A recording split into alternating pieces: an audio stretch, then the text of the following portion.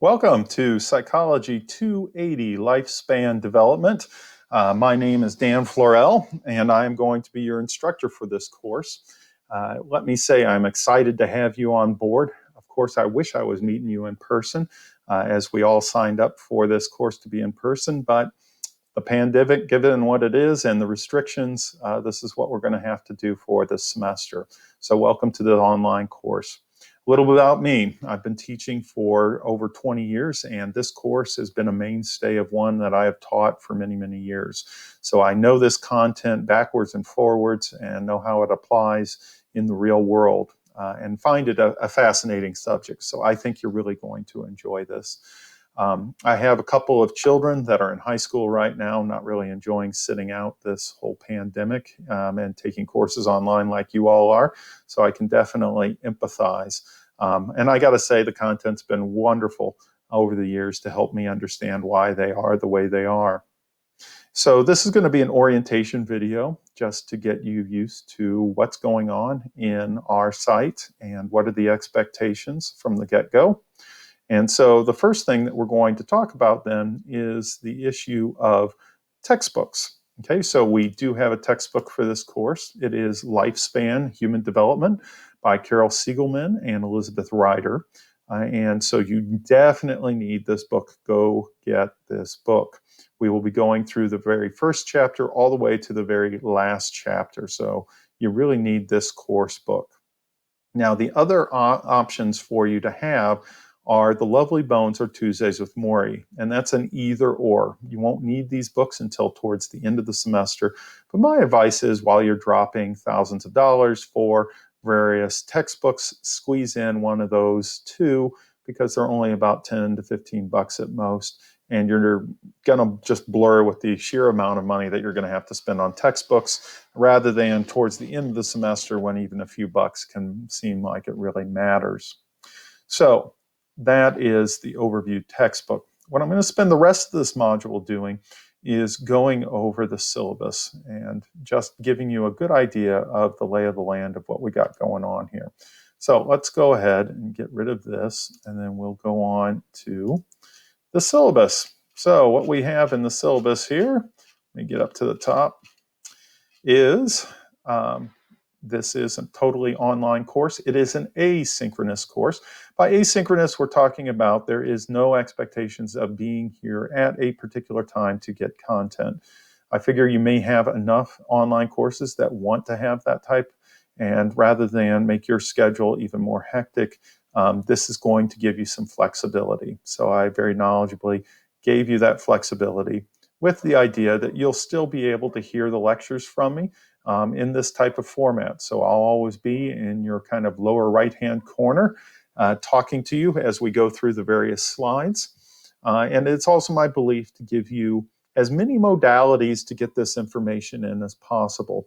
So the main way that I'd like to present this information is through video modules, which are YouTube videos that you can get access through the Blackboard site under the Documents tab.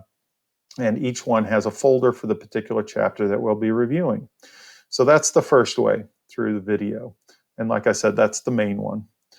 In addition, there are audio lectures. So like I said, I've taught this in person for many years, and I've been digitally recording all of my lectures for many years. So I'm going to make available to you the audio lectures from the previous time when this was taught in person, in case you either have bandwidth issues and you can't stream video very easily, or you just prefer being able to, I don't know, work in the yard and listen to the lectures. Whatever way you're most comfortable with, that option is available too. Of course, there's your textbook, and all of your lectures are based on your textbook and basically follow your textbook. So reading your textbook's another good way of getting the content in. So you have video, you have audio, and you also have your textbook.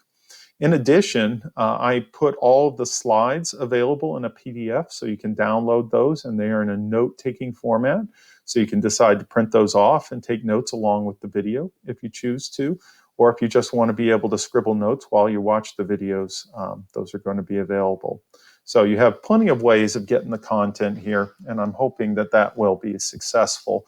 I'm a big believer in trying to get you the information as easily as possible in as many different ways as possible for you. Okay, so as I said, my name's Dan Florell.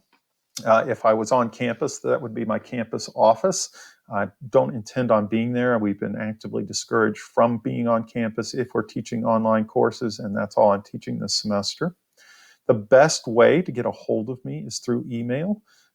You will want to send an email. Do not expect a reply until at least 24 hours. So basically, or I'm sorry, not at least, within 24 hours. So if you send me an email within 24 hours, I will get back to you. I will probably get back to you much sooner than that, but I just don't want you to become impatient after 2 hours have gone by and I have not responded and send me another email. Okay, one will do, and you will be on my list to get to as soon as possible. If you want quicker responses, I'll probably be responding quicker if you send them to me during the workday. So that means Monday through Friday between 8 to 4:30 p.m., 8 a.m. to 4:30 p.m. If it's after those hours or during the weekend, I probably won't get to it until I get back in the next morning. So, if something's due on Monday, don't send me something Sunday night. Expect me to respond. I rarely check my email over the weekends, and when I do, I'm probably not going to be responding. Okay, so just get that expectation. As far as the phone, I can get the messages, but it's a little harder for me to answer the phone unless my computer is on here at home, the way that the VoIP system works. So you can contact me that way, just a little more difficult. But I would like to stress that the email is probably the best way to get a hold of me. So please try to use that. As far as the overview of this course, it is truly a lifespan course. So we are going to go ahead and start off with how babies are formed and the physical development, and then talking about theories of how people have assumed individuals develop over time in a range of areas. And then we're going to go over a lot of the major areas, and then we're going to wrap up with death and dying. So it is truly a lifespan from birth to death. Here are some of the general education goals that are being met with this course. And then we also have our student learning outcomes, which I think would be important for everybody to look over. And you can see that each of the things that we have in this course that you would be expected to do are tied in with each of these learning objectives. So if you wonder why are we having so many quizzes or exams or a book writing assignment, you can see exactly why and how that meets some of the criteria for our course. Okay. So let's talk about exams a little bit. We have a combination of exams and quizzes in this course. We have 3 chapter exams, 1 cumulative exam, and then 9 quizzes. Quizzes are 15 questions, multiple choice questions. Exams are 55, multiple choice questions, 60. And your cumulative exam will be 100 questions. Now, the idea is that we are an online course, and with the quizzes and exams, I expect these to be closed book, no notes, or other resources while you're taking it. Now, I'm not going to have a proctoring service because, frankly, I don't think you should have to pay for that sort of stuff, but I am trusting you that you will not access those notes and such while you're taking the quizzes or exams. Okay. Now, you're going to have roughly on average 50 seconds per question to answer those quizzes or exams. So for a 15 question quiz, you'll have 12 and a half minutes. For a 55, I have to look, 55 or 60, you'll have 50 minutes, and then your final, you'll have 84 minutes. Once you have started the quiz or exam, the timer is going to start. You cannot pause it and you cannot restart it. So you want to take a moment, make sure you have a good internet connection, and make sure you have uninterrupted time, at least for that amount of time, so that you can complete it without getting shut out before you're actually done. If you have any test accommodations, please let me know as soon as possible so I can make sure that you get your allotted time and any accommodations that you might need. As far as class assignments, we do have several class assignments. They are due by midnight, the day they are due. Okay. Once that midnight threshold is hit, it disappears from Blackboard. So then you got to email me the assignment. So please let me know ahead of time if for some reason it's going to be a late. And if it does get shut off, please email me as soon as possible with the completed assignment so I can make sure that you don't get as many deductions point-wise. Some of the assignments are going to require you to rent a video from a streaming services, so there will be a small cost, usually $3 to $4. shouldn't be more than $10 to $12 for the entire course. As far as attendance, I'm a big believer that being here really matters. So being online, that's going to be a little more difficult. And so I'm going to do my best to try to get you to coming back to the course every couple days every week, and to really put in some time there. Because the importance is learning this content not in a binge fashion, but rather a distributed fashion over time, so that you go ahead and can fully remember the content, and even after you finish this course.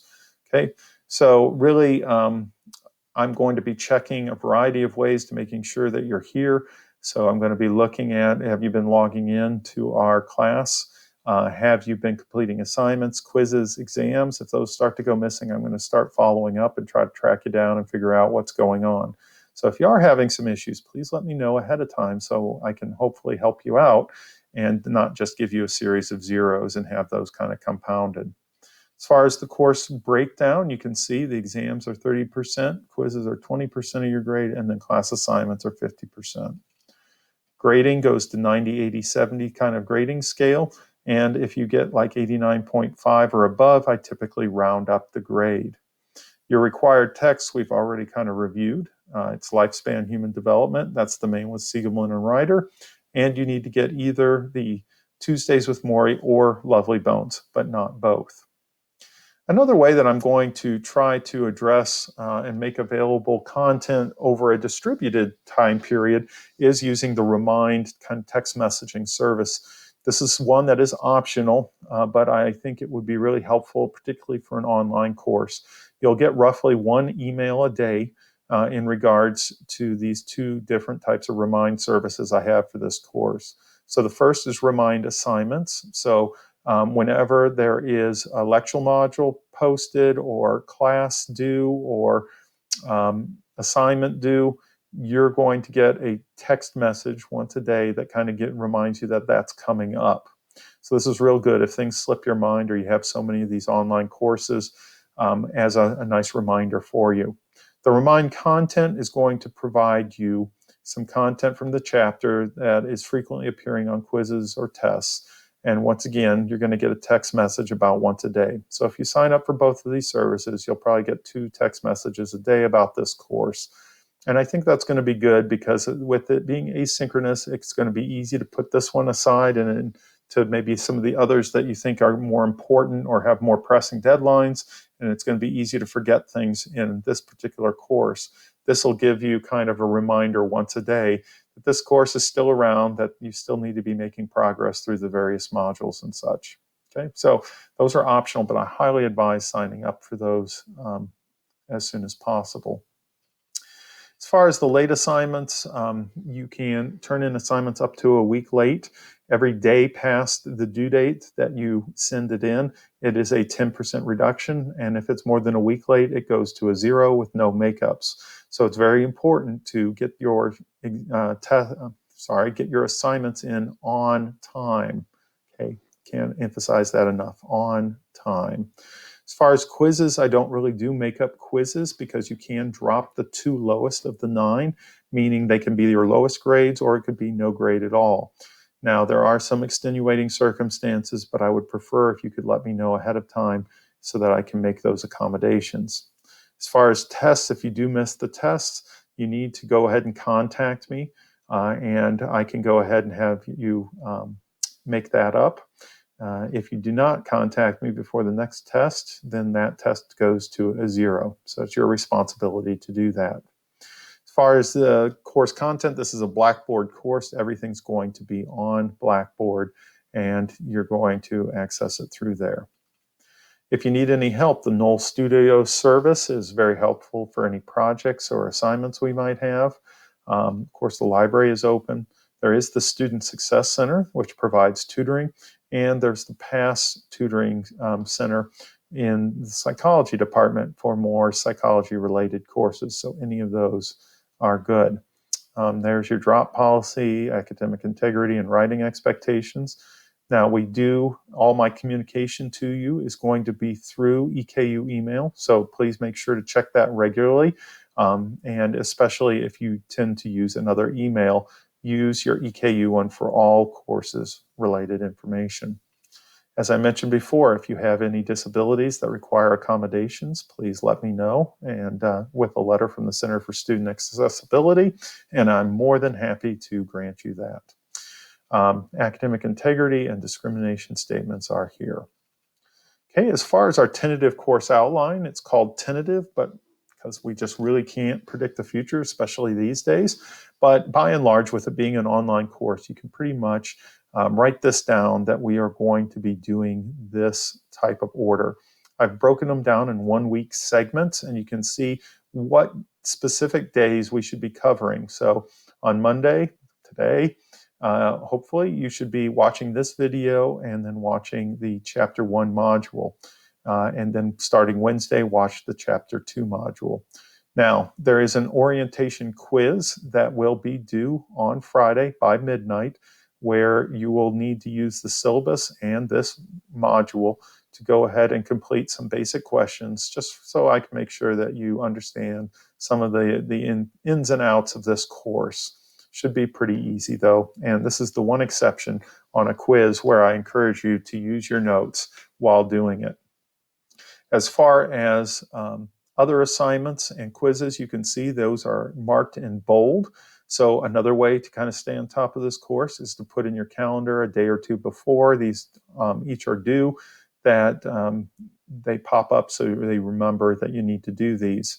I post all of these assignments 1 week prior to them being due, so you should have plenty of time to work on them going forward. Okay. As you can see here, we got a pretty good spacing. You're going to have a quiz roughly every week, unless there's an exam. And there'll probably be an assignment, probably every 2 to 3 weeks that you need to complete. Okay. So what we're going to do is wrap up the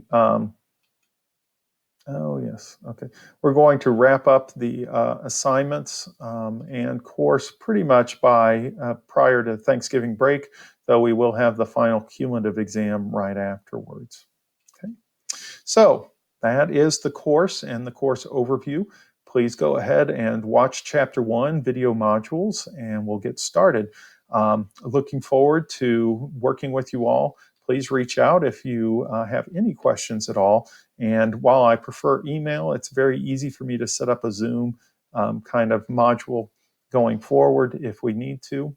So welcome to the course, and I'm looking forward to it. Thanks.